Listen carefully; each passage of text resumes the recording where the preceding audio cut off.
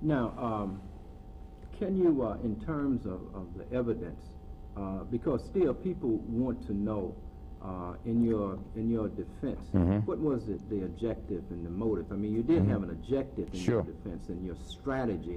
So people would like to know what the strategy was, because if you remember when Reverend Sharpton said, if I'm lying, sue me, and he testified also, at least he said to the press, that at that time they really put that out there for him to do that because they felt that was the only way to get him in court. Can you give us some background on that? Yeah, well, you know, obviously there wasn't going to be a criminal prosecution, so you weren't going to have a public forum where people could hear any aspects of the Brawley case.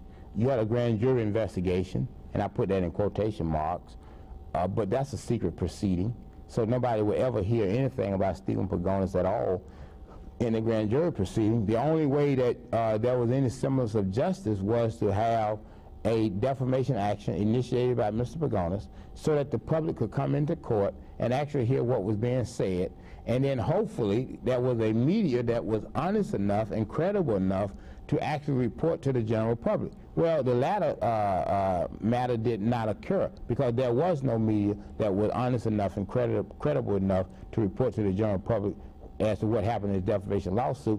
So for the last 8 months, there's a lot of things that happened, but nobody knows about them because they've never been reported. And certainly it would take several days of broadcast just for me to really point out many of the salient matters that are relevant to this case. But when I made my opening statement in the 1st of December, I indicated then that this case was not about Tawana Brawley.